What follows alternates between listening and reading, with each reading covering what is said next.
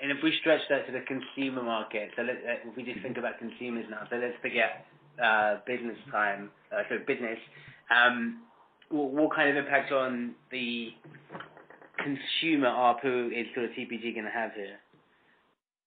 Look, I think that's a different play. The reason why I'm bullish for TPG, and bearish for the other guys in the consumer segment, which is probably the biggest segment, is simply because TPG is not it's not. They got a standing start. They got a broadband base of close to 1.6 or 1.3 or 1.4 million customers, and they already have a mobile business right now, right? And because they're reselling Vodafone, so the biggest casualty in my mind is Vodafone, right? When TPG comes in, I mean, this is even blatant because they are wholesaling from Vodafone, so they'll say, well, thank you very much, I have my own network, I don't need you anymore. So they're going to have that straight impact, right?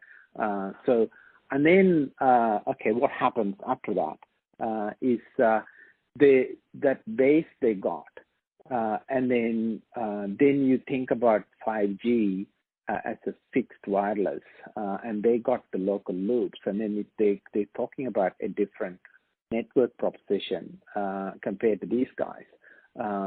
So in terms of the microcell and how they're going to construct it, is going to be different. So that's not going to be a small challenge. It's not like alternative telephony providers, cheaper telephony providers have always been part of the feature set of telephony for the last 25 years, 30 years, right? Since it's deregulated, 20 years it's been deregulated.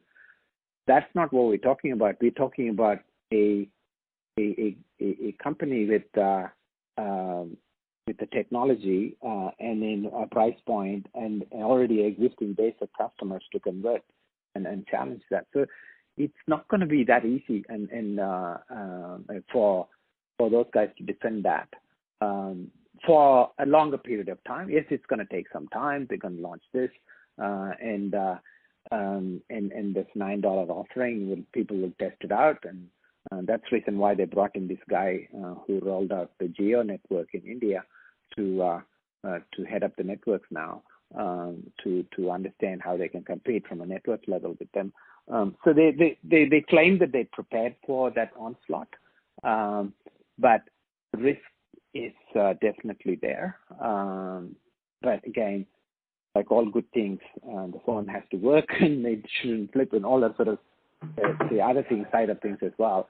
So I think it's a sort of a medium-term threat, a big threat to both Telstra and Optus. That's how I look at it. But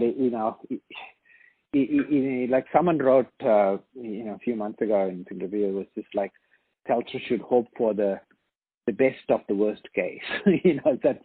That's when that's what you need to look at it. Rather than the worst case, it's the best of the worst case.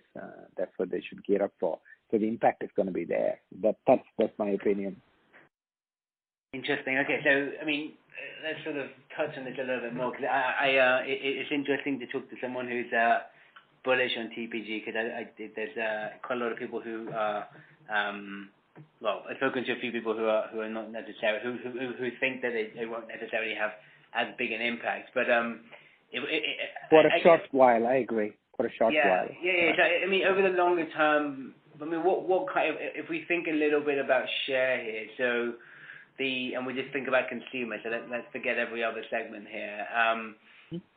But I mean, like, what kind of share can they get to? Like, if they've already got they've got 1.4 million fixed line customers. I think they have 2% as an MVNO of mobile customers here.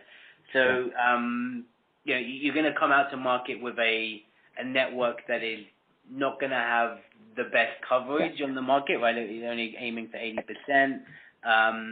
Rest will be on the Vodafone network, so it won't have the Optus or Telstra coverage here. So already there, you're a little bit at a sort of disadvantage to everybody else.